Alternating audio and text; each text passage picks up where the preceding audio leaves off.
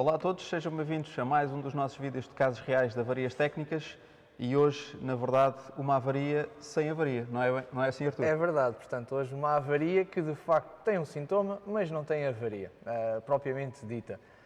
No relatório de avarias não existe uma avaria propriamente dita, mas por si só também deu aqui algum trabalho e obrigou também a implementar aqui algumas técnicas de diagnóstico, no fundo para conseguirmos perceber qual era de facto o problema deste carro. Então vamos contar um bocadinho aqui o que é que se passou com este Panda híbrido, ano 2022. Exatamente. O motor 1003 cilindros híbrido, Sim, portanto, seja lá o que for, nova geração de seja motores lá o que for o conceito vem, híbrido. Seja lá o que for o conceito híbrido, Mas isso fica para um outro vídeo. Não esquecendo que nem todos os híbridos são híbridos verdadeiros, mas pronto, sim, no facto é uma nova motorização que já existe aí há alguns anos no mercado, mas que começa a ser agora bastante também frequente encontrar, seja nos Fiat Panda, nos Fiat 500, por aí fora. Portanto, motorização 1000 de cilindrada, 3 cilindros, com assistência elétrica, ao fim e ao cabo. Na boa da verdade, este carro chegou-nos até nós porque de facto tinham uma avaria, o cliente notava perfeitamente que o carro não tinha o desempenho que deveria ter. No entanto, ao fazer a leitura de erros, não se revelou qualquer código de avaria que sustentasse esta queixa. Obrigou então aqui também a fazer um pouco o diagnóstico por parâmetros, consultar alguns parâmetros, sendo que logo aqui à partida houve um ou outro parâmetro que nos salientou e saltou aqui um pouco mais à vista, mas para depois conseguirmos perceber efetivamente o que é que poderia estar a causar isto, obrigou aqui à utilização de outras ferramentas, que não a máquina de diagnóstico, e também algumas técnicas de verificação e medição para conseguirmos concluir de facto onde é que estava a avaria, tratando-se neste caso de uma avaria puramente mecânica. Avarias que vão continuar a acontecer e que muitas das vezes podem dar algumas dores de cabeça se não forem corretamente diagnosticadas. E aqui também é um pouco, uma vez mais, não é dar-vos o problema, mas exemplificar a potencialidade de algumas ferramentas que vamos aqui utilizar, e se soubermos trabalhar com estas ferramentas e analisar os dados que nos são transmitidos, temos logo aqui à partida um diagnóstico um pouco mais facilitado. É nessa onda que também vamos aqui falar durante esta aula. E reparem que nós não vamos utilizar o equipamento diagnóstico para vamos VDTCs, utilizar o equipamento porque eles não existem. Só em dois casos, só para de facto confirmar que não há códigos de avaria, e só confirmar aqui um valor que também foi um dos dados que na altura no diagnóstico também nos deixou aqui um pouco intrigados e que nos obrigou, entre aspas, a seguir o diagnóstico por outro sentido, neste caso em específico não trabalhando com a máquina diagnóstica. Na boa da verdade, a máquina serviu apenas para consultar erros, constatar que não havia qualquer avaria registada, até porque o carro não tinha a luz 1000 acesa, mas também aqui por parâmetros percebermos qual seria o início do nosso diagnóstico, por onde é que iríamos começar o diagnóstico, e aqui focámos apenas e só num simples valor. Eu depois também vos vou mostrar qual é que é esse valor. Assim sendo, e não tendo de facto erros registados, começou logo aqui a surgir à partida se poderiam ser problemas de sincronismo do motor ou não. E, eventualmente poderíamos ter aqui alguma anomalia mecânica no que diz respeito a desincronismo do motor, não esquecendo que este carro, a sua distribuição já é comandada por uma corrente, e poderia ter aqui, como em algumas marcas, sofrer já aqui algum desgaste acentuado que obrigasse e originasse aqui o descomandar do motor, não ainda ao ponto de fazer um código de avaria de correlação entre a arte de câmbio e a cambota, mas que já pudesse estar aqui a tornar alguma evidência de falta de potência. Então o primeiro teste foi muito simples, foi na prática fazer a análise do sincronismo entre o sinal da arte de câmbios e o da cambota e constatar com um oscilograma, que neste caso tínhamos em nossa posse medido noutro carro, e verificámos eventualmente que não havia qualquer tipo de desfazamento. O teste é relativamente simples, vamos fazê-lo só aqui também a título de curiosidade e também para percebermos que não é só eu apenas olhar para um oscilograma e conseguir perceber que de facto o carro está a ponto, mas sim como é que eu faço essa técnica, e comparando com outro carro, como é que eu vou aplicar essa técnica para perceber se de facto tenho ou não tenho sincronismo. Antes de começarmos, vamos só passar aqui à nossa máquina de diagnóstico, fazemos a memória de erros para confirmar, neste facto, a ausência de avarias. E este é um caso real, concretamente, que reforça muito aquilo que a gente tem vindo a falar em informações, sobretudo formações orientadas para o diagnóstico, que nem sempre a máquina de diagnóstico vai ser a nossa solução. Exatamente. Ou poderá até ser poderá até dar uma ajuda, mas não pela via daquilo que nós estamos habituados, normalmente são os DTCs, os códigos de erro, mas por muito mais funcionalidades, e nomeadamente o diagnóstico por parâmetros, que eu venho a falar muito sobre isso. E acaba por ser muitas das vezes, e às vezes até em conversas, eventualmente tenho na oficina um carro que tem uma condição, é notório que há uma anomalia, mas ligo o carro à máquina e não tenho erros.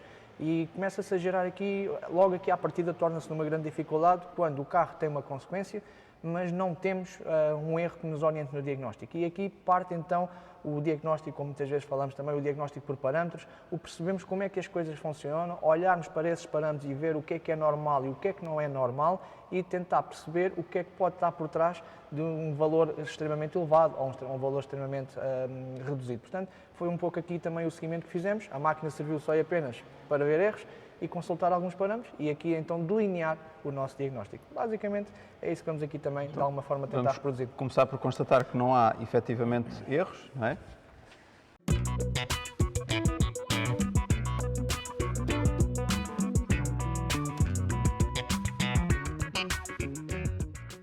Tudo a verde, à exceção dos cinzentos. À exceção dos cinzentos, que são unidades que não respondem ao diagnóstico. Portanto, estamos aqui a falar num carro que tem, na boa da verdade, 5 ou 6 unidades, portanto não é aqui um carro com muita complexidade eletrónica, mas no que diz respeito aqui à nossa SM, à nossa unidade de controle eletrónica do motor, de facto esta não apresenta qualquer tipo de erro. Ainda assim, na pesquisa de parâmetros, vamos só sair aqui porque é mais fácil confirmarmos esses dados entrando por EOBD e não esquecendo que muitas das vezes, e também já agora saliento esta parte, muitas das vezes o facto de nós entrarmos pelo chassi do carro e pela marca abre-nos, obviamente, uma grande panóplia de funções que a máquina pode executar, neste caso em específico, e como à semelhança de outras marcas, o eu consultar através da unidade de comando do motor, neste caso em específico eu não tinha acesso à lista de dados. Para isso, para fazer essa leitura, foi tão simples como sair do diagnóstico e fazer a leitura agora sim por EOBD. E fazendo a leitura por EOBD, vamos então fazer exatamente a mesma consulta. Tenho também o mesmo código, os mesmos códigos de IR presente, caso existam, mas leva-me agora aqui à minha lista de dados associados à gestão eletrónica do motor, que são os dados que para mim vão ser então fulcrais. Uma vez mais, não temos avarias registadas, consultando os nossos dados ao vivo e um dos parâmetros que quando este carro entrou em oficina saltava aqui muito à vista, que não estava em conformidade, eu vou só e apenas selecionar esse valor, pressão absoluta do coletor de admissão, sendo que aqui será a pressão que está a ser medida dentro do nosso coletor de admissão. Neste caso em específico temos aqui 100 kPa, portanto o equivalente a um bar, e faz todo o sentido, estando o carro neste momento com a ignição desligada, a pressão que existe dentro do coletor de admissão é a pressão convencional, a pressão atmosférica. O que me leva a crer que para já o sensor está a medir corretamente. Podíamos ter aqui uma anomalia de medição do sensor, em que o sensor não conseguisse reagir à pressão que está a ser medida e também poderia determinar aqui uma falta de potência. Não era o caso, até porque o sensor, quando colocávamos o carro em funcionamento, ele marcava um valor que não era à partida coerente. Tínhamos aqui uma pressão do coletor de admissão relativamente alta. Se eu não me falho a memória, estamos a falar aqui em torno de 650 milibares, o que por si só é um valor extremamente elevado e não é plausível para funcionar num carro de motor a combustão. No caso, não dava a avaria do sensor, porque na prática o sensor estava a medir essa pressão dentro do coletor de admissão, portanto estava dentro da sua faixa em que ele vai trabalhar, não tinha nenhuma anomalia. No entanto, há que perceber porque é que tínhamos esta presença de pressão ou falta de vácuo, se preferirem, dentro do coletor de admissão. E foi por aqui que começámos então a procurar. Obviamente hoje não vamos reproduzir todos esses testes, nomeadamente procurar fugas que pudessem estar aqui a causar uma entrada de ar, digamos assim, no meu coletor de admissão, que pudessem estar a ir de encontro a este valor. Todos esses testes foram feitos, no entanto, cada teste que foi sendo feito foi dando então cada vez mais a confirmação que o meu problema era de facto um problema mecânico e à partida poderia ser um problema interno no motor. O problema interno esse que poderia ser, uma vez mais, o próprio desfazamento, ou seja, o desincronismo da minha distribuição. O segundo passo obrigou-me então de facto a fazer essa medição. No caso aqui, torna-se um pouco mais difícil fazer essa medição com as ferramentas próprias, porque envolve aqui alguma mão de obra só e apenas para fazer o teste, e para eu comprovar de uma forma rápida ou não se de facto devo ir fazer esse processo, fizemos aqui então uma verificação a nível dos dois sensores. Se de facto nesta verificação eu notasse que havia aqui o que já me deixasse na dúvida de uma falta de sincronismo ou não, poderia então fazer e com certeza iria então aplicar as ferramentas, os chamados trancas de motor, para ver se de facto o motor estava a ponto ou não. Então vamos passar também para a nossa tela do osciloscópio e fazermos a primeira medição. Deixa-me só relembrar aqui um conceito relativamente aos sensores de pressão e colocando novamente aqui na imagem, falaste bem, pressão atmosférica, que é aquilo que está a ser medido. Nem de propósito, ainda esta semana, numa formação, surgiu também uma dúvida muito associada a milibares. Nem tanto pelas unidades, mas okay, mais por aquilo que está a medir. Porque muitas das vezes a ideia que nós temos e uma vez que, como referiste bem, o motor está parado, a pressão que está no coletor de admissão é a pressão atmosférica. A malta às vezes pergunta-se, então, mas qual é a pressão que está agora no coletor de admissão? Não é nada. Bom, não é nada relativamente à pressão atmosférica, mas efetivamente a pressão atmosférica já lá está. E, relembrando, os sensores MAP medem pressão absoluta. Absolutas, ou seja, do zero absoluto para cima. O que significa que, neste caso, os tais 100 kPa, que correspondem sensivelmente a 1 bar, 1000 milibar, se assim quiserem. Sendo que estamos aqui próximos do nível do mar. Próximos do nível do mar, é de facto um valor que é um valor coerente, mas que às vezes leva, então aí há algumas dúvidas. Sim, não esquecendo, e tocaste aí num ponto também que é importante, ou melhor, é preciso não confundir aqui as duas formas de medir pressão e, regra geral, temos a medição da pressão absoluta e esta contabiliza zero sendo vácuo, ou seja, a ausência de pressão, e os tais 1000 milibares ou 100 kPa a pressão atmosférica, ou podemos ter aqui uma medição de pressão, neste caso manométrica, e aqui sim, considerando a pressão atmosférica, o meu valor será de zero. Isto tudo para dizer o quê? Neste caso em específico, estes sensores trabalham e medem sempre a pressão absoluta, eu nunca vou ter valores negativos, portanto, eu nunca vou encontrar aqui qualquer coisa como menos 300 ou menos 400 a dizer-me que é vácuo. Aqui o valor vai de 100 para baixo, obviamente nunca vamos ter aqui um valor de zero, porque caso contrário significa que o motor estava com um vácuo absoluto dentro do coletor de admissão e isso não seria possível, obviamente.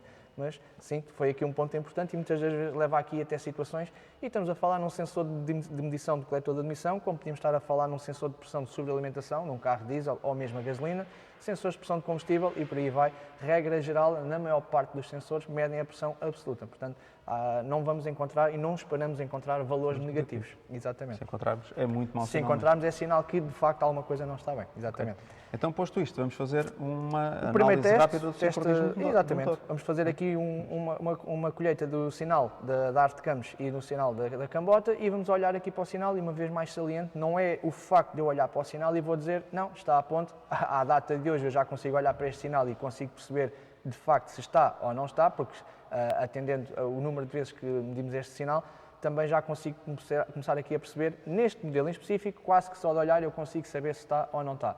De hoje à amanhã, se for medido no outro carro, vai-me obrigar novamente a fazer a mesma coisa, ou ir buscar um oscilograma em base técnica que me comprove se de facto este carro está ou não está. Na pior das hipóteses, ter outro carro que eu tenha a noção que está em perfeitas condições de funcionamento, colho o sinal nesse carro e comparo com o meu carro. Tão simples quanto isso, e foi o que aqui foi feito. Não tínhamos em base de dados o sinal deste carro, foi colhido o sinal no outro carro e comparado. Exatamente. Funcionar em condições. Tal e qual.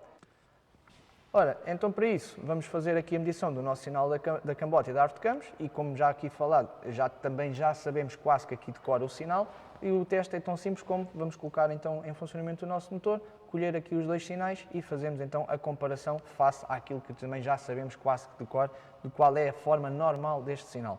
Para isso, vamos aqui fazer as ligações no nosso carro e posteriormente colocaremos a viatura em funcionamento e vamos analisar a forma de onda aqui no nosso osciloscópio. Ora, já colocámos o carro a trabalhar, já o parámos, para não haver barulho em excesso aqui na gravação. Ruído aqui também a perturbar aqui a nossa medição. E temos então aqui no nosso canal B, assinalado pelo gráfico a vermelho, sinal de rotação da cambota, como já será natural no sensor de efeito Hall, ali com a falha distintiva do PMS, e depois assinalado a verde no nosso canal C, o nosso sinal de rotação da arte de campos. Agora, obviamente, e olhando para aqui, eu não consigo dizer logo à partida se isto está a ponto ou não está a ponto. Uma coisa eu sei a este momento, tenho um sinal de rotação da arte de campos e da posição da cambota. São sinais coerentes, são sinais válidos, não têm anomalias, estão a medir corretamente. Para fazer a medição, e tocando aqui num ponto em específico, por exemplo, que será o ponto que de facto eu trabalhei, considerando que temos aqui, e nesta arte de campos, vamos ter 3 marcas, ou seja, vamos ter 3 impulsos dados pela roda fónica presente na arte de campos, 3 impulsos. Neste caso em específico, vamos trabalhar com o impulso aqui do meio, peço desculpa, porque já fiz aqui a asneira, vamos trabalhar aqui com o impulso do meio e vamos tentar, de alguma maneira, perceber aqui uma relação entre este impulso e o nosso sinal da cambota. Então, para isso, vamos nos focar aqui nesta zona em específico, em que podemos assinalar qualquer coisa deste género. Eu posso assumir que no final da marca de PMS da minha cambota, portanto aqui em baixo, até ao final do dente do meio da arte de campos, eu tenho que contabilizar o equivalente a 3 dentes e ali mais um pouquinho. Na realidade, este mais pouquinho tem aqui uma pequenina particularidade, sendo que no carro que nós comparamos, esta sobreposição quase que não existia, ou seja, quase que praticamente batia ao final do terceiro dente. Aqui leva só e apenas já a questões de desfazamento da corrente, ou seja, basta num dos carros a corrente já está ligeiramente mais alongada e temos logo aqui esta anomalia. Para todos os efeitos, não é por aí que eu me vou focar, até porque se eu fosse avaliar em tempo, estamos a falar aqui qualquer coisa de uma marca à outra de 3,1 milissegundos, não é por aí, no outro carro media sensivelmente os 3 milissegundos, portanto também não é por aí, não era esta a causa de facto que estava aqui a originar a minha anomalia, não era por este motivo que eu tinha aqui. Até porque estamos a falar de pouco mais de um dente de roda fónica, exatamente, que não é um dente de distribuição. Bem lembrado, José, bem lembrado. Não estamos aqui a falar, quando estamos aqui a falar em dentes, e peço desculpa se calhar também não é próprio, erradamente, não estamos aqui a falar em dentes na corrente de distribuição ou numa correia de distribuição. Estamos a falar aqui essencialmente em alvos, ou seja, nos alvos magnéticos presentes na roda fónica na cambota. Então significa que quando eu falo aqui nos dentes, na boa da verdade, eu estou a falar nos alvos magnéticos que estão na minha cambota. E assim, se voltarmos novamente, e não esquecendo que comparando este dente central com este dente central, em ambos os casos vai bater sempre mais ou menos nos 3 dentes. Fazendo novamente aqui a mesma leitura, só para percebermos uma vez mais, o que fizemos foi essencialmente chegar à marca do PMS, final do PMS da cambota, portanto, do ímã que gera o sinal para a cambota, e também ao final, neste caso, da marca do sensor de ares de campos. E uma vez mais, temos aqui os 3 dentes e mais um pouquinho. Claro que, ao comparar com outro carro, temos que ter sempre esta sensibilidade de qual é que é o estado em que vai estar, se efetivamente o carro já mudou a distribuição e para aquelas distribuições em que temos carretes loucos, em que vamos ajustar, são essas pequenas diferenças. Aquilo que eu não quero encontrar ou não deveria encontrar seria qualquer coisa semelhante a 4 dentes ou 5 dentes, desculpem, 5 alvos no sensor ou qualquer coisa o equivalente a 2 alvos no meu sensor. E aqui nitidamente tinha então um desfazamento de motor. Não é por trabalhar aqui com uma pequenina diferença que me vai fazer esta condição. Obviamente não está igual, mas não é esta a causa por si só da anomalia do carro. Então se o carro de facto está a ponto e trabalha bem, o carro trabalha bem, não dá avarias, qual o problema aqui? José, creio que até podes tu também fazer aí uma pequena abordagem, visto que também foi uma ideia tua também de fazermos este teste. Sim, na altura até quando os colegas falaram sobre isso e já tinham confirmado a distribuição, não havendo DTCs, e eu apanhei já o processo aqui um bocadinho a meio, na altura até aquilo que sugeri foi controlar a contrapressão nos gases de escape. Contrapressão essa, ou eventual contrapressão essa, provocada por um catalisador obstruído. E o que é que me levou aí, para além, lá está, da não existência de DTCs, do sincronismo do motor estar ok, já despistado toda aquela questão de velas, filtro de ar e por aí fora, e a viatura, efetivamente, e constatando a falta de potência, mas havia aqui um outro aspecto extremamente importante. Estes motores têm histórico de consumo de óleo, até porque são motores que nós conhecemos bastante bem, por assim dizer, têm histórico de consumo de óleo e já têm uma quilometragem elevada. E por si só podia dar aqui, exatamente, a atirar para a contrapressão nos gases de escape. Minha sugestão, fazermos aqui uma medição de compressão no cilindro, através de um transdutor de pressão, não para ver concretamente a compressão, que até já tinha sido verificada com recurso a manómetro, mas sim para verificar essa dita contrapressão dos gases de escape. Até porque depois, Artur, até foste tu que em parâmetros apanhaste aqui mais qualquer coisa, sim. Que juntando as duas pontas, tal e qual, levou aqui... E essa mais qualquer coisa vamos também aqui mostrar, antes de passarmos para fazer esse teste da medição de compressão. Uma vez mais vamos trabalhar aqui com a nossa máquina de diagnóstico e não esquecendo, vamos agora trabalhar com a máquina de diagnóstico apenas e só para fazer a consulta de parâmetros. Uma vez mais, porque já vimos e confirmamos que não temos avarias presentes, então só mostrar aqui também o parâmetro, um dos parâmetros que na altura nos saltou à vista. Para isso, vamos ligar aqui novamente o equipamento de diagnóstico e fazermos a leitura do nosso valor do sensor de pressão de MAP. Na condição em que o carro vai estar a funcionar agora, é a condição correta, é o valor esperado que eu devo encontrar para um carro a gasolina. Neste caso, e não vamos entrar aqui em conceitos mais alargados, porque vai ser válido para alguns carros a gasolina, para outros nem tanto, mas neste caso em específico, isto é o valor standard que esperamos encontrar dentro de um coletor de admissão. E foi este valor também que por si só saltou aqui à vista e que nos levou a questionar se de facto um problema associado com o catalisador podia estar a fazer uma leitura errada no meu medidor de pressão do coletor de admissão. Para isso, vamos só ligar novamente aqui a ignição do carro e colhemos aqui o valor.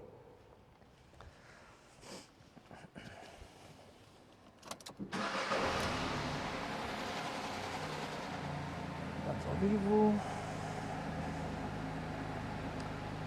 Ora, vamos só deixar aqui a rotação estabilizar um pouquinho.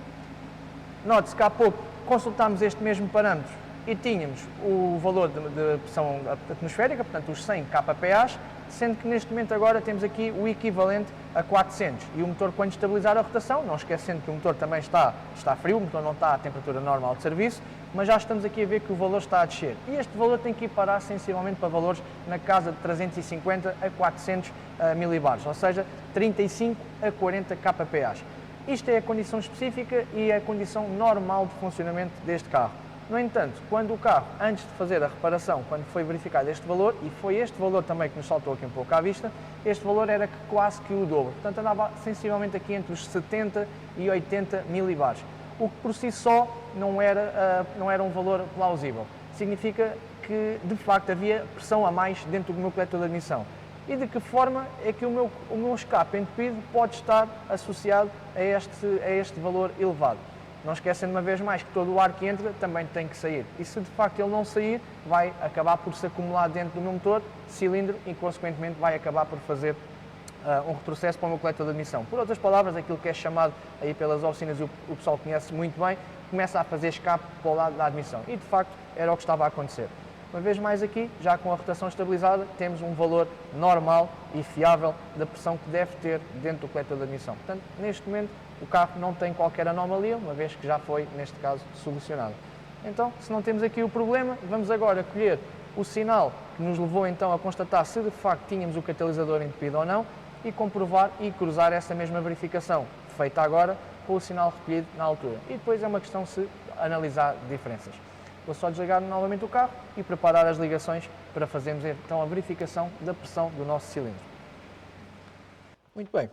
Então o teste, em primeiro lugar, passa por fazermos aqui a remoção de uma bobina de ignição.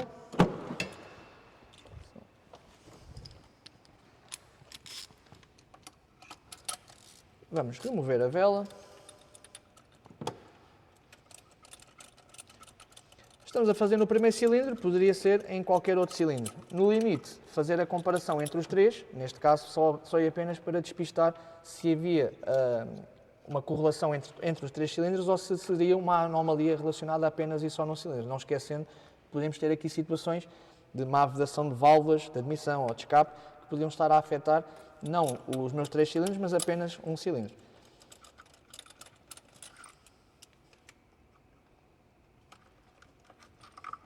Vela removida.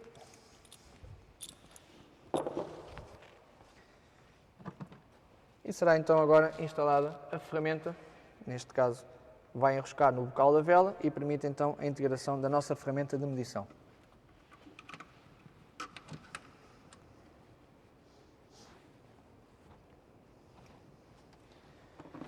Para o efeito, para o teste, vamos trabalhar uma vez mais com o osciloscópio, mas agora, em vez de trabalharmos com pinças, agulhas, vamos trabalhar com uma segunda ferramenta e esta por si só, e aqui já feito também noutros vídeos, vai-me possibilitar ver qual é o comportamento da pressão que ocorre dentro do cilindro. Portanto, entre outras medições, consigo medir não só a pressão de compressão, mas também como pressões dentro do coletor de admissão e pressões dentro do coletor de escape. Portanto, tudo no mesmo valor, na mesma medição, eu consigo tirar essa análise. Para isso, vamos trabalhar com o nosso transdutor de pressão e recolhermos o sinal.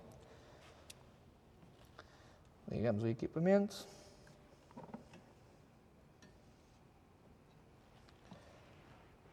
Ficha desligada e neste momento temos tudo pronto para começarmos a trabalhar.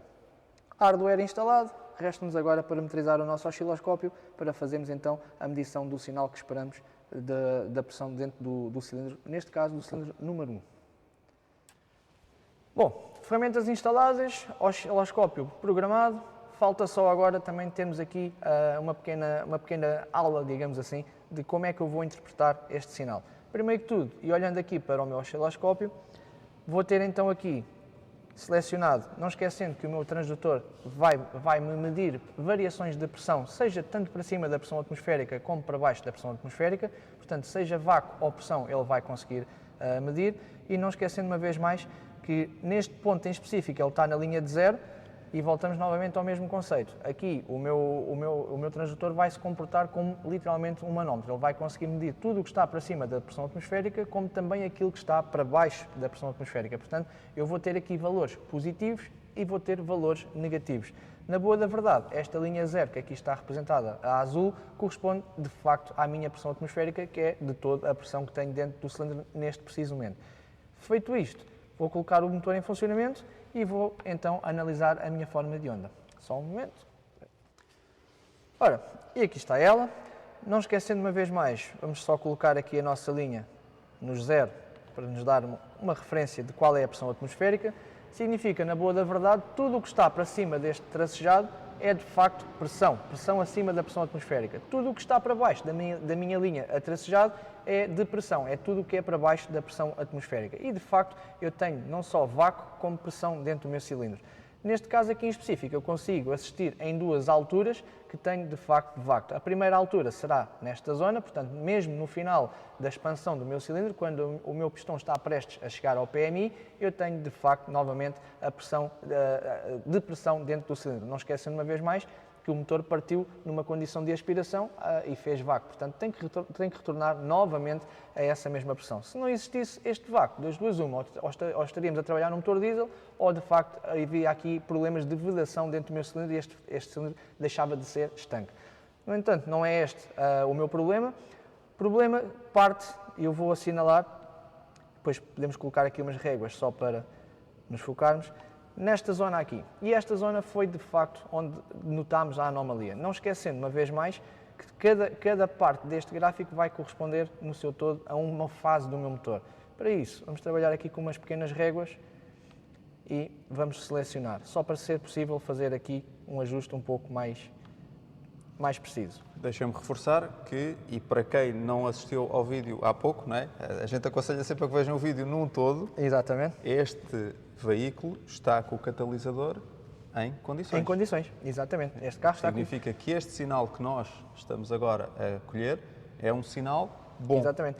O que por si só também tem aqui outra questão. Se nós olharmos, e de facto, eu consigo dizer, este motor está a fazer sensivelmente 11 bares de pressão, que é o normal, excepcional, portanto, só prova que o motor internamente está de boa saúde. No entanto, este valor também pode estar aqui incrementado se o escape, se os gases de escape não saírem como devem ser, vão ficar mais tempo também aprisionados dentro do cilindro, que por si só são gases mais quentes, de alguma forma também vão fazer aqui algum incremento. Mas no caso, não era isto que se tratava. Agora, questão, entre estas duas torres, vamos lhe chamar assim, eu consegui dividir isto em 4 colunas e conseguimos observá-las aí, ou seja, 2 colunas azul, um azul mais escuro e 2 colunas a um azul mais leve. Sendo que a primeira coluna, no azul mais escuro, se eu tenho no pico da minha pressão, significa que o meu êmbolo está no ponto morto superior. Portanto, o ponto para onde ele se vai dirigir agora será para o ponto morto inferior. Sendo que nesta primeira coluna será então a fase da expansão. Portanto, já houve a ignição, é agora de facto quando o meu motor está a fazer trabalho, quando está a acelerar a cambota. Findando este tempo, situamos-nos novamente aqui aos 180 graus, PMI, o meu êmbolo vem novamente para cima e neste facto agora no tempo de escape. Então, e por isso é que há pouco disse que o nosso problema de facto apareceu nesta zona. Já vamos comparar depois com o gráfico colhido no carro quando tinha a anomalia e vamos perceber como é que eu, olhando para esta linha, consigo perceber se tenho uma anomalia ou não. Portanto, uma vez mais, não esquecendo, tenho o meu tempo de escape, chegando aos 360 graus, o meu êmbolo vai mudar novamente de direção e vai agora novamente para baixo para o PMI, fazendo novamente a sua admissão e cá temos, uma vez mais, a minha depressão. Portanto, o meu vácuo no coletor de admissão. Situação essa, e não querendo confundir aqui um pouco, se repararmos e consigo perceber de todo se tenho um bom vácuo dentro do coletor de admissão ou não, justamente pela amplitude a que este valor chega. Não esquecendo aqui uma vez mais, estamos a ver aqui 625, a descontar da pressão atmosférica, resta o valor que nós medimos em máquina, portanto, o equivalente aos 350. Não sei se há pouco se recordam, quando vimos na nossa máquina de diagnóstico, 350 milibares medidos pelo sensor MAP, somados com os meus 625, números redondos, vai dar a pressão atmosférica. Portanto, eu aqui consigo... estamos a ver para menos, para Exatamente, negativo. eu aqui estou a ver para negativo, mas consigo, por esta abordagem, comprovar que, de facto, o coletor de admissão deste carro, o valor que eu medi no meu sensor MAP, não só o sensor MAP está a ler corretamente, como o valor de pressão dentro do coletor é correto. Está correto. E reparem que estamos a fazer essas medições a medir pelo orifício da vela. Portanto, eu estou não só a ver qual é a compressão que este motor faz, mas consigo perceber se o vácuo que está a ser feito para dentro deste motor é ok ou não, assim como consigo perceber se a pressão dentro do meu tubo de escape também está a sofrer alguma alteração. Não esquecendo que quando a minha válvula de escape abre, eu não devo ter a chamada contrapressão, o equivalente àquilo que é medido num carro diesel, portanto, quando tem o filtro de partículas obstruído. Aqui, e considerando que esta linha a tracejado é a minha pressão atmosférica, significa que no seu todo, praticamente, o meu escape ocorre sempre à pressão atmosférica, ou seja, eu não tenho aqui incrementos de pressão, justificando que não tenho obstruções no meu sistema de escape. Se agora fizermos a mesma abordagem e formos ver o sinal colhido do carro quando tinha o catalisador obstruído, eu creio que não vai ser preciso aqui grande trabalho com linhas e gráficos, porque basicamente vai ser bastante notório. Então, vou só mostrar-vos aqui o sinal que foi colhido na altura. E aqui, uma vez mais, se trabalharmos aqui um pouco com a nossa linha, conseguimos perceber, sem grandes dúvidas, que temos ali... vai a subir. Exatamente. Conseguimos perceber aqui, sem grandes dúvidas, que tem aqui, além de várias pulsações, mas tem aqui uma rampa de escape. Por si só me indica, e é uma rampa muito tenue, ok? Não é uma coisa muito acentuada, mas se trabalharmos aqui e formos lá cruzar, eu consigo perceber que tenho mais ou menos o equivalente a 200 milibares de contrapressão de gases de escape. Transportando isto para um motor diesel, e se calhar para ser mais fácil vocês perceberem, era o equivalente a terem um filtro de partículas a medir 220 milibares de contrapressão. Se num carro a diesel isso significa que o filtro está obstruído, o que é que vai significar num carro a gasolina? Portanto, foi esta aqui a forma também, uma vez mais... E notem ao relantim. Ao relantim, fluxo exatamente. de gás de escape ao relantim. Salvo erro, depois na altura não registámos essa curva, mas nós aceleramos ligeiramente sim, e aqui também temos de ter algum cuidado com a ferramenta que estamos a utilizar, exatamente. o transdutor no interior do cilindro, porque não podemos criar aqui velocidade e muito fluxo de gás de escape e muita pressão para não danificar a ferramenta, mas acelerámos ligeiramente e aquela rampa ainda era mais acentuada, era mesmo uma rampa. O que significa o quê? Significa que à medida que o pistão sobe, vai empurrar os gases de escape contra o catalisador, não o filtro de partículas neste caso, contra o catalisador e vai fazer essa subida da pressão que se vai verificar depois dentro do cilindro e que se vai verificar também na admissão, daí o MAP estar a medir os tais 700, 800 milibares. Ou seja, não esquecendo que abre a válvula de escape, basicamente o que vai obrigar a que o fumo saia para fora do escape é esta diferença de pressão que eu tenho dentro do meu cilindro e a pressão atmosférica, ou seja, quase que espontaneamente os gases, ao abrir a válvula de escape, os gases são então canalizados para o exterior. Se houver aqui qualquer resistência na passagem desses gases de escape, significa que estes gases vão estar mais tempo dentro do meu cilindro. Tempo esse que, quando ocorrer o cruzamento de válvulas, quando a válvula de escape está prestes a fechar, mas a válvula de admissão já está ligeiramente aberta, essa pressão residual que ficou aprisionada dentro do meu cilindro vai retroceder também para o meu coletor de admissão, levando a não só que faça, uma vez mais, o meu valor do coletor de admissão seja então aqui um pouco mais elevado.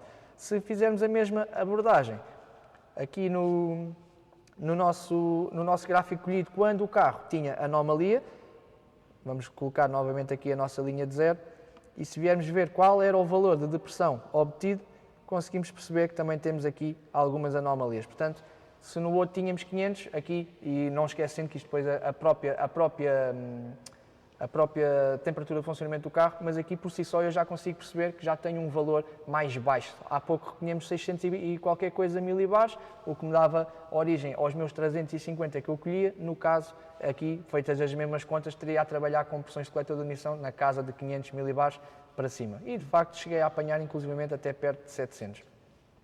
Outra situação também, sendo o mesmo carro, não se trocou o motor, não se fez qualquer operação ao motor, a mesma condição dos gases de escape aprisionados mais tempo dentro do cilindro, obrigava a que a pressão dentro do cilindro também esta incrementasse. Na situação, quando o carro estava com o catalisador obstruído, tínhamos aqui perto de 12 bares, na condição em que o carro tem o catalisador em boas condições, perdemos aqui quase que sensivelmente 1 bar de pressão de compressão. O carro é o mesmo, a mecânica é o mesmo, as condições de teste são praticamente as mesmas, só o facto de termos aqui uma obstrução vai gerar e causar aqui bastantes anomalias no que diz respeito desde o meu coletor de admissão até mesmo ao meu próprio escape. José, visto assim, é simples, não é? Sim. Portanto, visto assim, não tem grande... No fundo até acaba por ser simples, não é? Quando nós estamos, na posse do conhecimento, como é óbvio, não é? E das ferramentas indicadas, e nós olhamos aqui o diagnóstico num todo, e é aquilo, nem de propósito esta semana dava uma formação de sensores e atuadores, e reforcei muito isso, que é o diagnóstico por parâmetros, e nós olharmos o sistema à volta. Quando eu digo à volta, não me vou focar concretamente. Eu tenho uma avaria de massa de ar, mas eu tenho que ver com o que é que o massa de ar funciona à volta.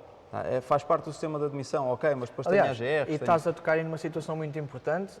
Às vezes também pode ocorrer avarias, e aqui como nós detectamos pelo sensor MAP um valor anómalo, e mais uma vez, porque também percebemos como é que as coisas funcionam, o que é normal e o que é que não é normal aplicado a esta motorização, muitas das vezes também pode ocorrer avarias relacionadas com medidores de massa de ar, que ditam que não é o medidor em si que está danificado, mas uma consequência deste género, um desfazamento de motor que obriga à mesma condição que quando a válvula de admissão abre ainda há pressão dentro do circuito e essa pressão retrocede. E na prática o medidor de massa de ar vai estar a medir o retroceder da minha alimentação, dando valores errados e dando um código de avaria, e muitas das vezes são trocados os componentes sem de facto a avaria estar lá e ser uma avaria mecânica. Que por acaso o software deste módulo de comando não o faz, Não mas o consegue, poderia eventualmente exatamente, fazer, não é? mas poderia ser uma unidade de que há uma comando. incoerência Exatamente. no relantim da viatura, e considerar que ao relantim esta viatura não poderia ter os tais quase 700 milibar como a gente encontrou, os tais 70 kPa.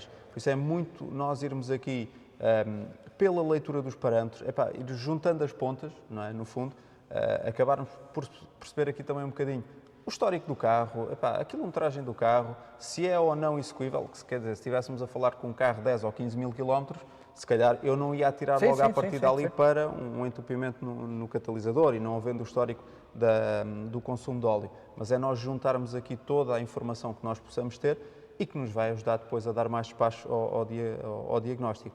Eu costumo dizer que este negócio não é difícil, a gente é que o complica. Muitas das vezes. E muitas das vezes complicamos quando não nos focamos e não paramos um bocadinho para pensar, porque no fundo o que teve em causa aqui neste diagnóstico e em muitos outros que nós temos trazido aqui ao canal, no fundo é arquitetar o diagnóstico, é parar um bocadinho, juntar as pontas todas, juntar todos os dados, não é? E nós não nos podemos esquecer aqui que nós trabalhamos com dados, trabalhamos com informação, e aquilo que nós temos de ter é a capacidade de juntar toda essa informação para depois nos ajudar no nosso dia-a-dia. É claro que vocês perguntam, mas isso é solução para tudo?